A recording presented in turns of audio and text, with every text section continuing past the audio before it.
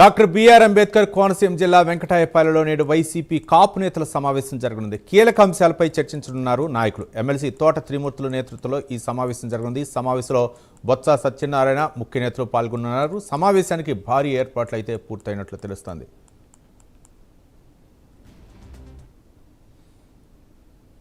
Doctor BR Ambedkar Konaseema జిల్లాలో ఈ వెంకటాయపాలెంలో ఈరోజు కాపు నేతల ముఖ్య సమావేశం అయితే జరుగుతుంది. ఈ సమావేశానికి ఎమ్మెల్సీ తోట త్రిమూర్తుల నేతృత్వంలో ఈ సమావేశం జరుగుతుంది. దీనిపై మరింత సమాచారం మా కరెస్పాండెంట్ శ్రీరామూర్తి అందిస్తారు. శ్రీరామూర్తి. రవి, ఏదైతే మొత్తం రాష్ట్రంలోని వైసీపీ కాపు నేతలు ముఖ్య నేతలందరూ కూడా ఒక ఆత్మీయ సమావేశం ఇక్కడ ఉమ్మడి తూర్పుగోదావరి జిల్లా అంటే ఇది కోనసీమ జిల్లాలోకి వస్తుంది. రామచంద్రపురం నియోజకవర్గంలోని ఈ వెంకటాయపాలెంలో జరుగుతుంది. ఇక్కడ మనం ఈ జరిగే ప్రదేశంలోనే ఈ కళ్యాణ మండపంలో ఉన్నాం. ప్రస్తుతం ఇక్కడ ఎయిర్పోర్ట్లన్నీ పూర్తిగా వచ్చాయి. ఎమ్మెల్సీ తోట త్రిమూర్తుల నేతృత్వంలో ఏదైతే వైసీపీ నియోజకవర్గ ఇన్ఛార్జీలుగా వ్యవహరిస్తున్న ముఖ్య నాయకులందరితోటి కూడా ఈ ఆత్మీయ సమావేశం ఏర్పాటు చేశారు. అయితే ఈ సమావేశంలో ఏం చర్చిస్తారు, ఏం సమాలోచనలు చేస్తారు, ఏం రాజకీయంగా ఎలాంటి ప్రాధాన్యత మీద చర్చిస్తారనేది ఇప్పుడు రాజకీయ అన్ని కోణాల్లో కూడా ఇక్కడ దృష్టి పెట్టిన పరిస్థితి ఉంది. అంటే ఇప్పుడు వెంకటాయపాలెంలోనే రాజకీయ పక్షాల దృష్టి అంతా ఉందని చెప్పి చెప్పచ్చు. అయితే ముఖ్యంగా ఇక్కడ కాపులు సమావేశం కదా, కాపు నాయకులు సమావేశం అవుతున్నారు కదా, కాపుల గురించి ఏం మాట్లాడతారనేది ఒక చర్చ జరుగుతుంది. అయితే ఇక్కడ ఎమ్మెల్సీ తోట త్రిమూర్తులు చెప్తున్నది పార్టీ పరంగా పార్టీని పటిష్టం చేసుకునే దిశగా ఇక్కడ మొత్తం కాపు నేతలందరినీ ప్రత్యేకించి పిలిచాం. ఇది పార్టీకి సంబంధం లేకపోయినా సరే పార్టీ పరంగానే మీ కార్యక్రమం నిర్వహిస్తున్నాం.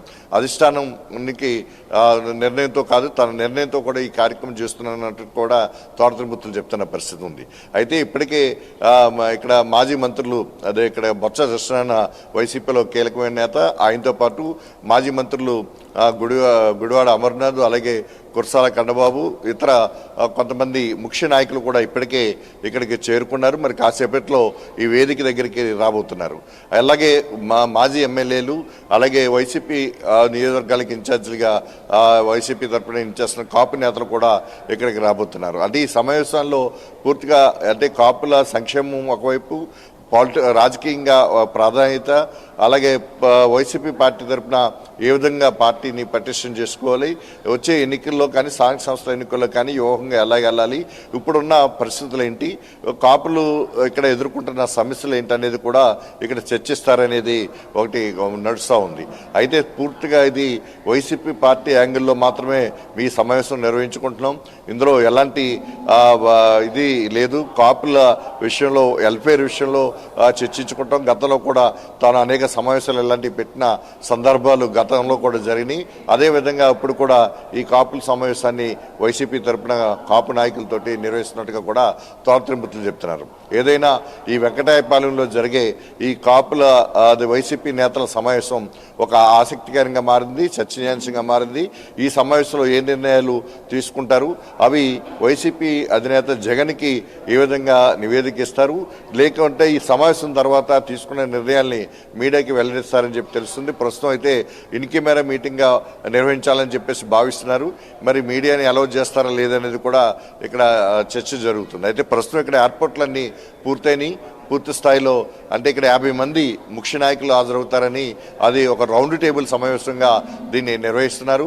అలాగే కొంతమంది ఈ సమావేశం ఏర్పాటు చేస్తున్నారో తెలుసుకుని కొంతమంది వైసీపీకి సంబంధించిన కొంతమంది ముఖ్య నాయకులు కూడా హాజరవుతున్న నేపథ్యంలో ఇది ఇక్కడ ఈ కళ్యాణ మండపంలో ఏర్పాటు చేసిన పరిస్థితి ఉంది. ఏదైనా ఈ మొత్తం రాజకీయ పక్షాల దృష్టి అంతా కూడా ఈరోజు వెంకటాయపాలెంలో ఏం జరుగుతుంది అన్న దాని మీద దృష్టి ఉందని చెప్పచ్చు. ఇక్కడ తీసుకునే నిర్ణయాలు ఎలా ఉంటాయనేది కూడా ఒక ఆసక్తిగా ఉంది. అయితే పార్టీ పరంగానే ఈ కార్యక్రమాన్ని నిర్వహిస్తున్నామని తోట త్రిమూర్తులు చెప్పడంతో ఇక్కడ అందరూ దృష్టి కూడా ఇక్కడ వచ్చే నాయకులు ఎవరెవరు వస్తారు, ఎట్లాంటి ఇక్కడ సమాలోచనలు చేస్తారనేది ఒక చర్చనీయాంశంగా మారిందని చెప్పచ్చు. Thank you Sriramurthy.